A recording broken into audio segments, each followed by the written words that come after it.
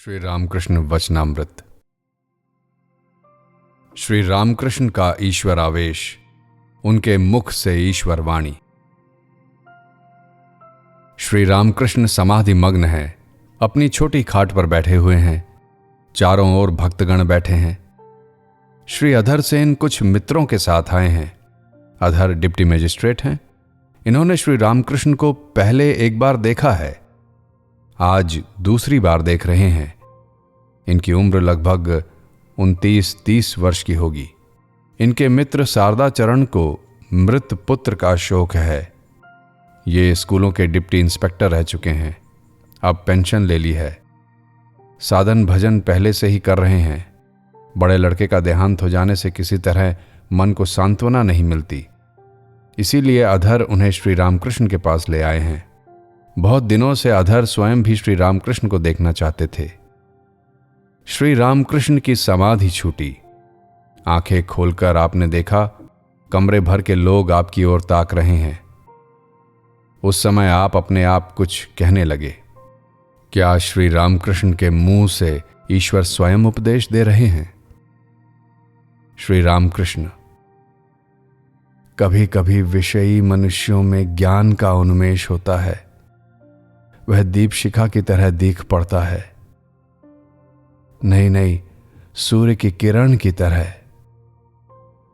छेद के भीतर से मानो किरण निकल रही है। विषयी मनुष्य और ईश्वर का नाम, उसमें अनुराग नहीं होता। जैसे बालक कहता है, तुझे भगवान की कसम है। घर की स्त्रियों का झगड़ा सुनकर भगवान की कसम याद कर ली है।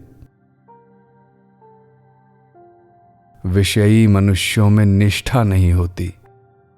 हुआ हुआ, ना हुआ तो ना सही। पानी की जरूरत है, कुआं खोद रहा है।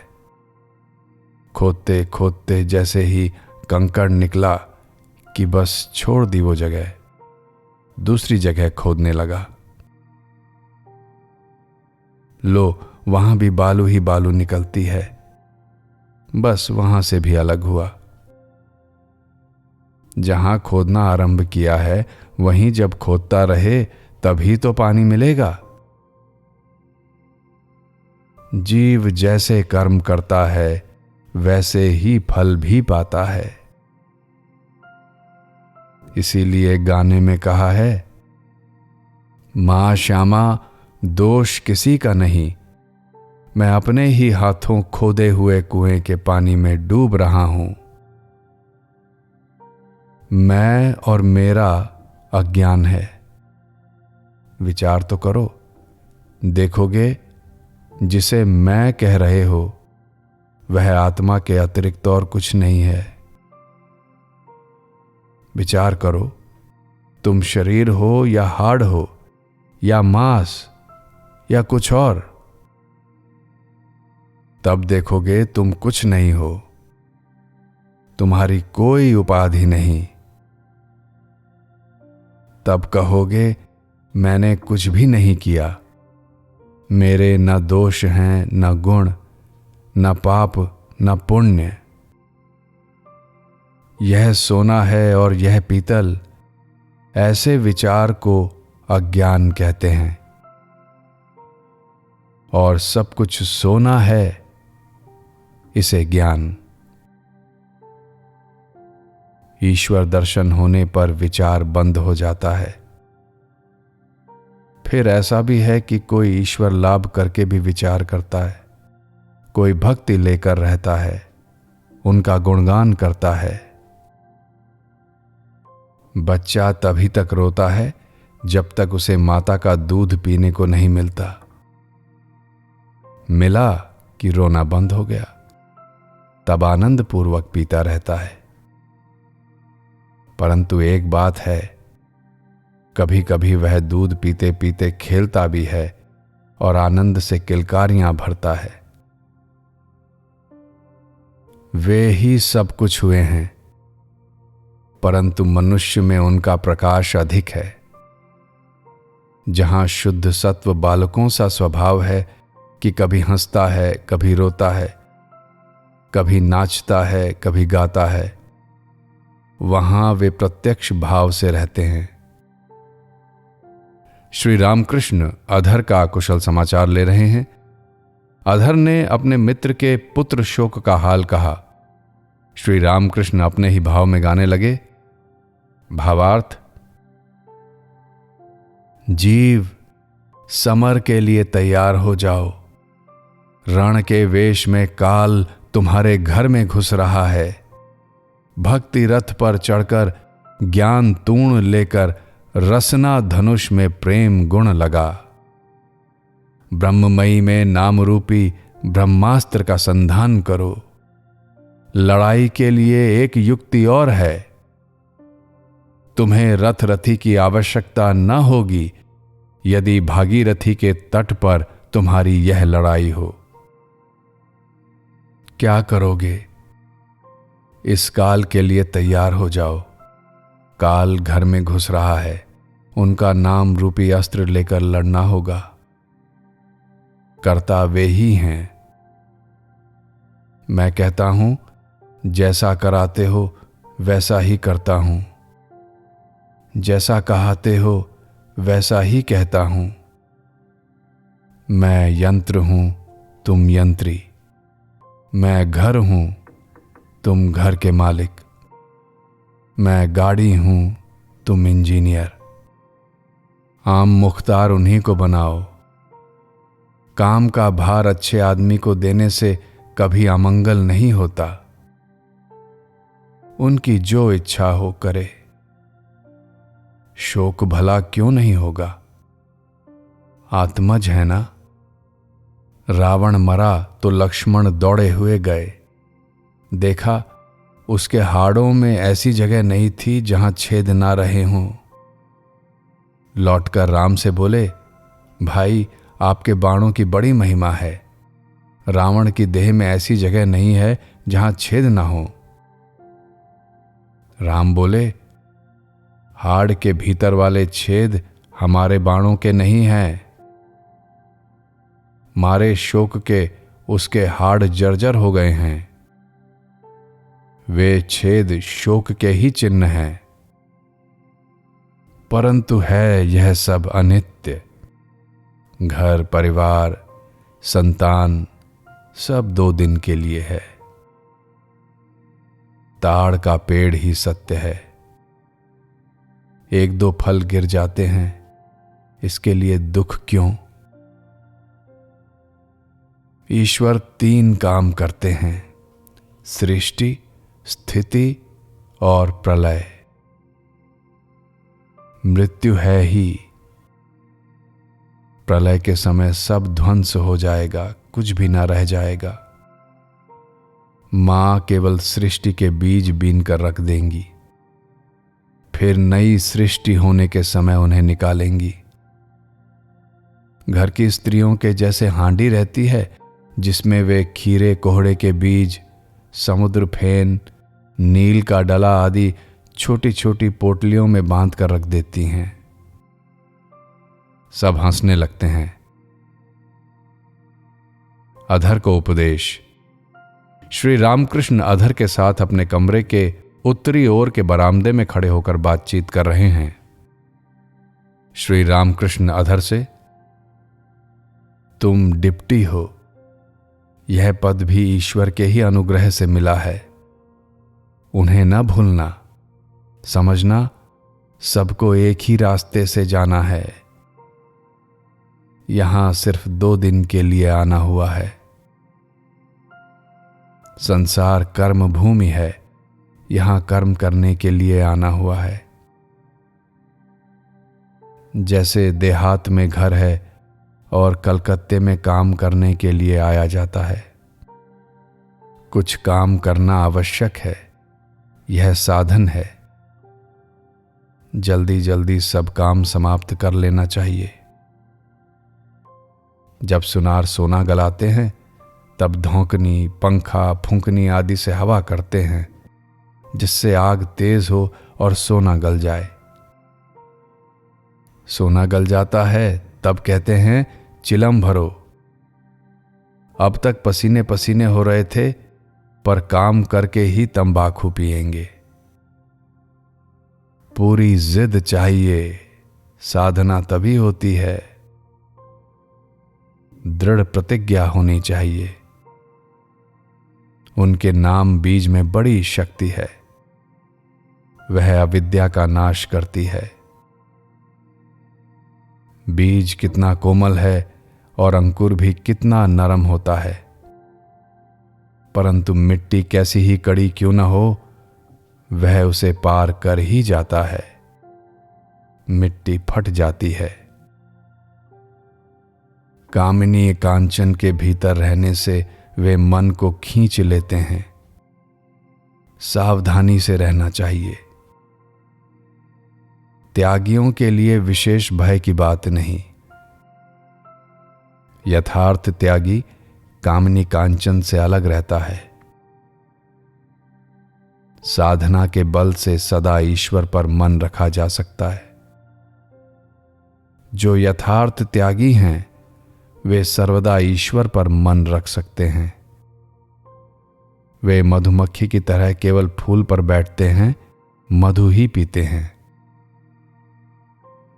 जो लोग संसार में कामिनी कांचन के भीतर हैं, उनका मन ईश्वर में लगता तो है, पर कभी कभी कामिनी कांचन पर भी चला जाता है। जैसे साधारण मक्खियां बर्फी पर भी बैठती हैं और सड़े घाव पर भी बैठती हैं। हां, विष्ठा पर भी बैठती हैं। मन सदा ईश्वर पर रखना। पहले कुछ मेहनत करनी पड़ेगी, फिर पेंशन पा जाओगे। परिच्छेद 30। सुरेंद्र के मकान पर अन्नपूर्णा पूजा के उत्सव में अहंकार, स्वाधीन इच्छा अथवा ईश्वर इच्छा, साधु संग। सुरेंद्र के घर के आंगन में श्री रामकृष्ण सभा को आलोकित कर बैठे हुए हैं। शाम के 6 बजे होंगे। आंगन से पूर्व की ओर दालान के भीतर देवी प्रतिमा प्रतिष्ठित है। माता के पाद पद्मों में जवा और बिल्व पत्र तथा गलों में फूलों की माला शोभायमान है। माता दालान को आलोकित करके बैठी हुई हैं। आज अन्नपूर्णा देवी की पूजा है। चैत्र शुक्ला अष्टमी, 15 अप्रैल 1883। दिन रविवार। सुरेंद्र माता की पूजा कर रहे हैं, इसीलिए निमंत्रण देकर श्री रामकृष्ण को ले आए हैं। श्री रामकृष्ण भक्तों के साथ आए हैं। आते ही उन्होंने दालान पर चढ़कर देवी के दर्शन किए। फिर प्रणाम करके खड़े होकर देवी की ओर देखते हुए उंगलियों पर मूल मंत्र जपने लगे। भक्तगण दर्शन और प्रणाम करके पास ही खड़े हैं।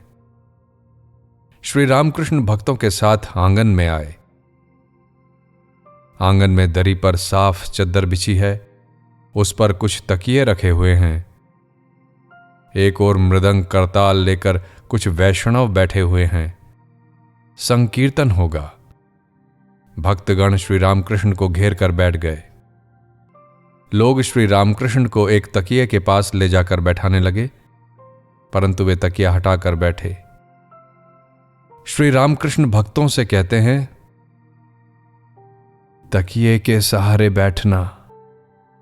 जानते हो ना, अभिमान छोड़ना बड़ा कठिन है। अभी विचार कर रहे हो कि अभिमान कुछ नहीं है, परंतु फिर न जाने कहां से आ जाता है। बकरा काट डाला गया, फिर भी उसके अंग हिल रहे हैं। स्वप्न में डर गए हो, आंखें खुल गई, बिल्कुल सचेत हो गए, फिर भी छाती धड़क रही है।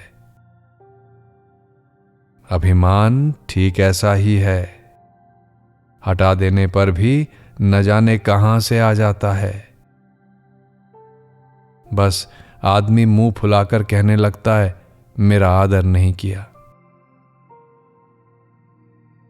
केदार कहते हैं, तृणादपि सुनिचेन तरोरिव साहि शुणुना। मैं भक्तों की रेणु हूं। वैद्यनाथ आए हैं। वैद्यनाथ विद्वान हैं, कलकत्ता के हाईकोर्ट के वकील हैं। वे श्री रामकृष्ण को हाथ जोड़कर प्रणाम करके एक ओर बैठ गए। सुरेंद्र श्री रामकृष्ण से कहते हैं, ये मेरे आत्मीय हैं। हाँ, इनका स्वभाव तो बड़ा अच्छा है। ये आपसे कुछ पूछना चाहते हैं, इसीलिए आए हैं। श्री रामकृष्ण वैद्यनाथ से कहते हैं, जो कुछ देख रहे हो सभी उनकी शक्ति है। उनकी शक्ति के बिना कोई कुछ भी नहीं कर सकता। परंतु एक बात है, उनकी शक्ति सब जगह बराबर नहीं है। विद्यासागर ने कहा था, परमात्मा ने क्या किसी को अधिक शक्ति दी है? मैंने कहा, शक्ति अगर अधिक ना देते तो तुम्हें हम लोग देखने क्यों आते? तुम्हारे 2 सींग थोड़े ही हैं। अंत में यही ठहरा कि विभु रूप में सर्वभूतों में ईश्वर हैं। केवल शक्ति का भेद है। वैद्यनाथ पूछते हैं, महाराज, मुझे एक संदेह है। यह जो फ्री विल अर्थात स्वाधीन इच्छा की बात होती है, कहते हैं कि हम इच्छा करें तो अच्छा काम भी कर सकते हैं और बुरा भी। क्या यह सच है? क्या हम सचमुच स्वाधीन हैं? सभी ईश्वर के अधीन हैं। उन्हीं की लीला है। उन्होंने अनेक वस्तुओं की सृष्टि की है, छोटी बड़ी, भली बुरी, मजबूत कमजोर, अच्छे आदमी बुरे आदमी। यह सब उन्हीं की माया है, उन्हीं का खेल है। देखो ना, बगीचे के सब पेड़ बराबर नहीं होते। जब तक ईश्वर नहीं मिलते तब तक जान पड़ता है हम स्वाधीन हैं। यह भ्रम वे ही रख देते हैं, नहीं तो पाप की वृद्धि होती। पाप से कोई नहीं डरता, न पाप की सजा मिलती। जिन्होंने ईश्वर को पा लिया, उनका भाव जानते हो क्या? मैं यंत्र हूं, तुम यंत्री हो। मैं गृह हूं, तुम गृही हो। मैं रथ हूं, तुम रथी। जैसा चलाते हो वैसा ही चलता हूं, जैसा कहाते हो वैसा ही कहता हूं। तर्क करना अच्छा नहीं। आप क्या कहते हैं? जी हां, तर्क करने का स्वभाव ज्ञान होने पर नष्ट हो जाता है। थैंक यू, धन्यवाद। सब लोग हंसने लगते हैं। तुम पाओगे। ईश्वर की बात कोई कहता है तो लोगों को विश्वास नहीं होता। यदि कोई महापुरुष कहे मैंने ईश्वर को देखा है, तो कोई उस महापुरुष की बात ग्रहण नहीं करता। लोग सोचते हैं इसने अगर ईश्वर को देखा है तो हमें भी दिखाए तो जाने। परंतु नाड़ी देखना कोई एक दिन में थोड़ी सीख लेता है। वैद्य के पीछे महीनों घूमना पड़ता है, तभी वह कह सकता है कौन कफ की नाड़ी है, कौन पित्त की और कौन वात की।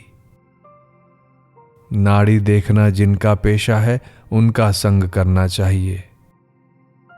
सब हंसते हैं। क्या सभी पहचान सकते हैं कि यह अमुक नंबर का सूत है? सूत का व्यवसाय करो। जो लोग व्यवसाय करते हैं उनकी दुकान में कुछ दिन रहो तो कौन 40 नंबर का सूत है, कौन 41 नंबर का तुरंत कह सकोगे। भक्तों के साथ कीर्तन आनंद समाधि में। अब संकीर्तन होगा। मृदंग बजाया जा रहा है। गोष्ठ मृदंग बजा रहा है। अभी गाना शुरू नहीं हुआ। मृदंग का मधुर वाद्य गौरांग मंडल और उनके नाम संकीर्तन की याद दिलाकर मन को उद्दीप्त करता है।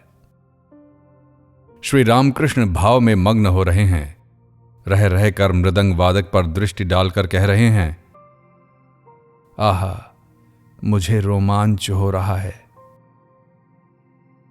गवैयों ने पूछा, कैसा पद गाएं?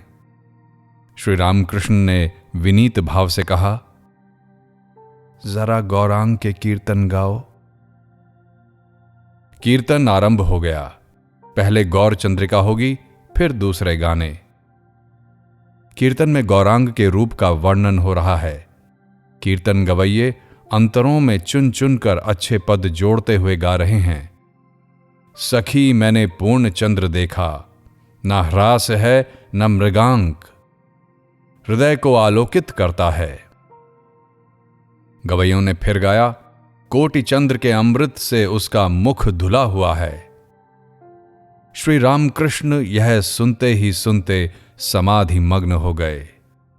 गाना होता ही रहा। कुछ देर बाद श्री रामकृष्ण की समाधि छूटी।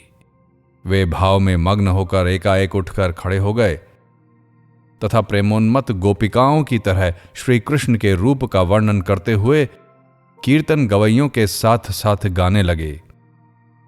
सखी, रूप का दोष है या मन का?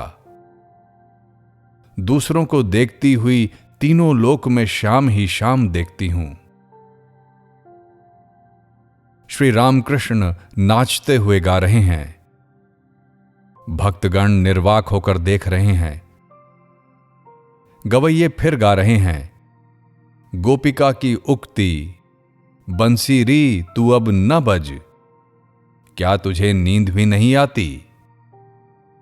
इसमें पद जोड़कर गा रहे हैं। और नींद आए भी कैसे? सेज तो कर पल्लव है ना, श्री मुख के अमृत का पान करती है, तिस पर उंगलियां सेवा करती हैं। श्री रामकृष्ण ने आसन ग्रहण किया। कीर्तन होता रहा। श्रीमती राधा की उक्ति गाई जाने लगी। वे कहती हैं, दृष्टि, श्रवण और घ्राण की शक्ति तो चली गई, सभी इंद्रियों ने उत्तर दे दिया, तो मैं ही अकेली क्यों रह गई? अंत में श्री राधा कृष्ण दोनों के एक दूसरे से मिलन का कीर्तन होने लगा। राधिका जी श्री कृष्ण को पहचानने के लिए माला गूंथ ही रही थीं कि अचानक श्री कृष्ण उनके सामने आकर खड़े हो गए। युगल मिलन के संगीत का आशय यह है, कुंजवन में श्याम विनोदिनी राधिका कृष्ण के भावावेश में विभोर हो रही हैं। दोनों में से न तो किसी के रूप की उपमा हो सकती है और न किसी के प्रेम की ही सीमा है। आधे में सुनहली किरणों की छटा है और आधे में नीलकांत मणि की ज्योति। गले के आधे हिस्से में वन के फूलों की माला है और आधे में गज मुक्ता। कानों के अर्धभाग में मकर कुंडल हैं और अर्धभाग में रत्नों की छवि।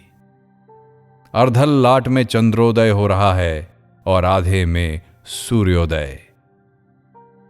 मस्तक के अर्धभाग में मयूर शिखंड शोभा पा रहा है और आधे में वेणी। कनक कमल झिलमिला रहे हैं, फणी मानो मणि उगल रहा है। कीर्तन बंद हुआ। श्री रामकृष्ण, भागवत, भक्त, भगवान, इस मंत्र का बार बार उच्चारण करते हुए भूमिष्ठ हो प्रणाम कर रहे हैं। चारों ओर के भक्तों को उद्देश्य करके प्रणाम कर रहे हैं और संकीर्तन भूमि की धूल लेकर अपने मस्तक पर रख रहे हैं।